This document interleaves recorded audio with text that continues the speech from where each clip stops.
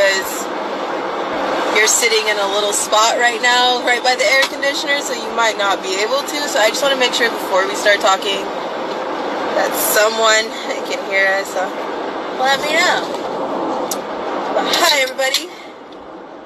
We are on our way down to handle a few things for all the stuff coming up. I'm very excited. If you haven't already heard from my crazy self that I'm opening a studio, so we're like always in the car, as you know. Always in the car.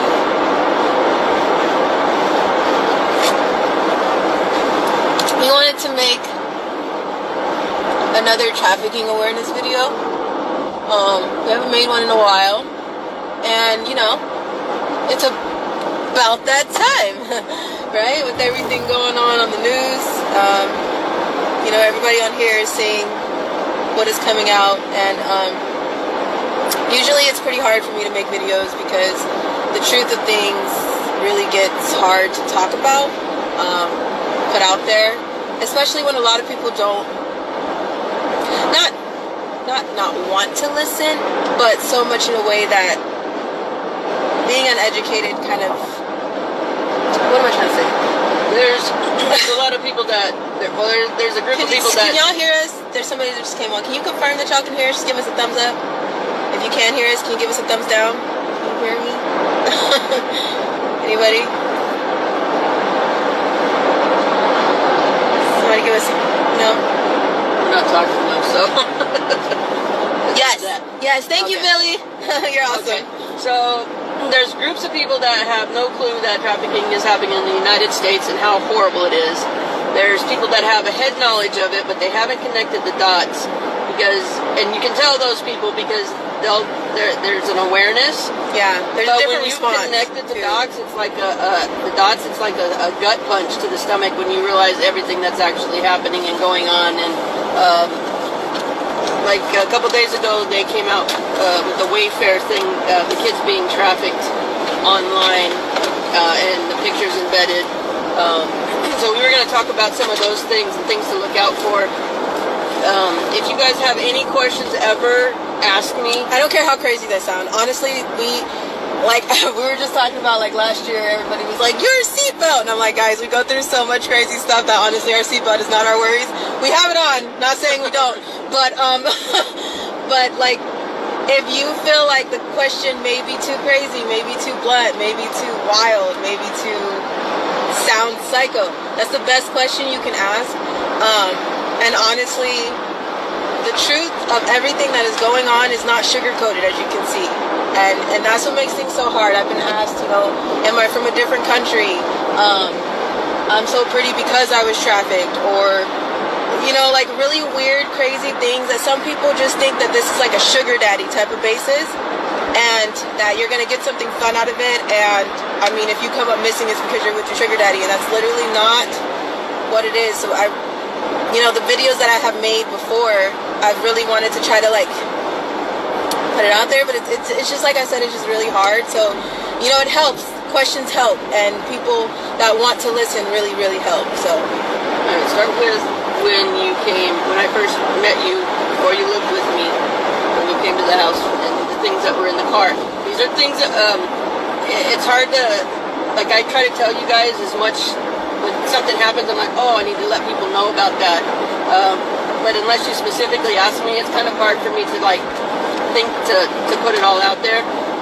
But with the Wayfair thing, and with Ghislaine Maxwell getting arrested, they're looking for things for her. They're looking for traffickers keep files and folders and DNA samples of every single kid. They have documented hard copies of these things.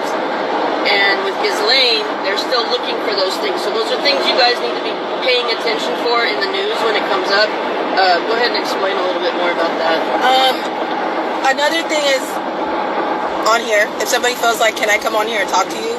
We can bring you guys on camera, just let you know. But yeah, well, when I had, I was with a guy named Keith, when I was about 15. I kind of went into high escort services around then, And there was this one time where, you know, I was in charge of driving in cars. I've been driving since I was about 9, 10 years old. So, yeah, I'm short, but I can drive. So when I say that things are not what they seem, trust and believe they're not what they seem. When I was with this guy, at one point... He was a handler. Yes, handler. Yeah. When I was with the handler, he had a truck that he wanted me to drive from one place to another, and I took it to my mom's house because I was at a point where I was kind of scared. I just did a drop to New Juarez, Mexico. When I say kennels all the time, now you guys understand what I say by kennels. If you're watching closely about everything that's going on, when I say kennels, I mean those shipping containers. Those are what they call kennels, or your room, or your lockdown. I was supposed to take this car to one place to another, and it was full of ledgers, DNA samples, Tell me what syringes. you mean by ledgers. Ledgers. These ledgers, so, you know, like this book that I have right here has every dance and all kind of things that I've ever done in it. Imagine if I'm just going to use my dance as an example. If I had dancers and I kept a note of every single dancer that I've ever been in contact with, what dance we did, where we did it, who's their parent, what's their name, and what's their real name. A lot of traffic, a lot of victims, you end up with about 1,000 names. And the reason why they tell you to answer by those different names is because they need you to move things from one place to another, and they need to make sure that you're following, that you're not the person that you are anymore. You're somebody else that you're working for. So, like I said, the ledgers have everything in them. Hard copies. And I mean, there's books. So there's books that you see and there's books that you don't see. Those books that you don't see are usually kept on the handlers. They're kept in files, they're kept in USB drives, and they're kept in secret places. Now, what I did was became very smart when I went into New Mexico Juarez. I was put into a shipping container. I was chained to some of my friends. I was around girls who were dying, sick, didn't speak any English, wouldn't stop crying, and we were shipped. We got to New Mexico Juarez in the middle of the night, and there was nothing but holes in the ground, okay? From those holes, there's other trucks that pull up, and those trucks will say, you know, what, and they talk about you like your packages, and I told you guys this before. You're either black girls, black kids are usually referred to as food of some kind. Usually, white kids are referred to as some type of furniture. Mexican kids are usually referred to as some type of product like retail. So when they get there, they usually say like, who's crying, who's sick, who's this, who's that, and that's which way you're going to end up going. If you're sick, you're more than likely going into the ground that you pulled up on. If you won't stop crying, you're more than likely probably going to head underground because you're never going to stop crying. If you have an attitude, they might put you with an escort because that means that they can train you. If you're quiet, you're cooperating, then they might sell you just for the night or for the weekend or for the week. They might return you or they might send you to Russia or Dubai. When I figured all that stuff out and I figured what I was truly in, I started being nicer to my pimp because at this point I wanted to become his wife. When you become a wife of that person, probably what is similar to what his lane is, if you guys can stay with me on this, when you become a wife to your handler, that's out of all the girls that they have, out of basically the product of what they call you, out of what they have. So say for my pimp had about 36, give or take 46 girls all the time.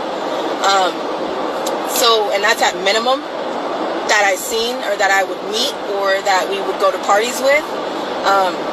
And when you have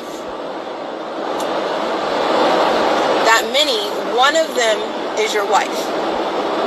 When I say wife, this is when recruitness comes Supervisor. in. This is like the supervisor. Yeah, you are telling on everybody. If somebody is trying to escape, you need to let them know. If whatever you have to do basically to stay on top, so you're not the one that's getting put in the next shipping container, then that's what you have to do. So what I did is I was a little bit nicer, and after I was nicer, I was able to drive the car. I was able to go out into public. I didn't have to take my drugs as bad. I was able to walk into places. There's a lot of times where they drug you so bad that they will carry you into those places, get you dressed after they get you inside, and then leave you in the middle, so you have to deal with it. But if you're cooperating, then you're able to walk in yourself. If you don't have an attitude, if you're not fighting, if you're not crying, then you can basically kind of skip the process of being blindfolded and knocked out. So that's what I did. I was smarter about things, which meant I had to sneak out more. I was gone from 6 o'clock in the morning when I was supposed to be checking into school. I would get to school, people would check me out, and I would go with him. I would come back right before my bus gets there for school. I would get back to my foster home, and then I would leave right after dinner time, maybe 6 o'clock at night, and then return and do the same thing all over again.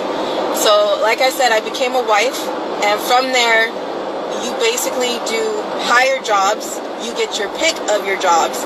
So, when I say your pick, these are not little jobs. These are... It's a backhanded... It's a whole thing, and you know, and I'm okay. Can I get comfortable? Because I'm about to be real with you.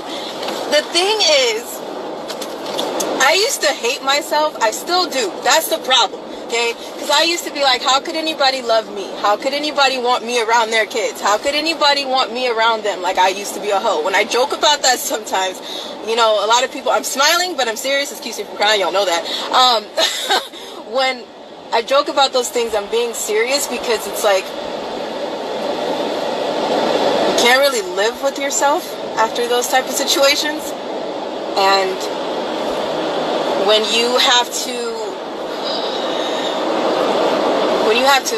deal with somebody from Dubai, you get treated like you're a goat, literally. You get treated worse than an animal. That is like the biggest threat.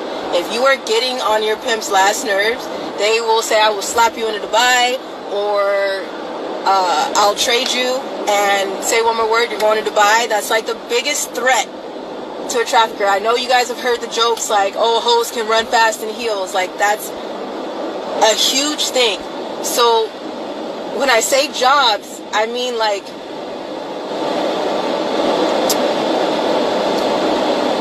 I hope you guys don't have anybody watching on this live with a faint stomach, because I'm just gonna be real, okay?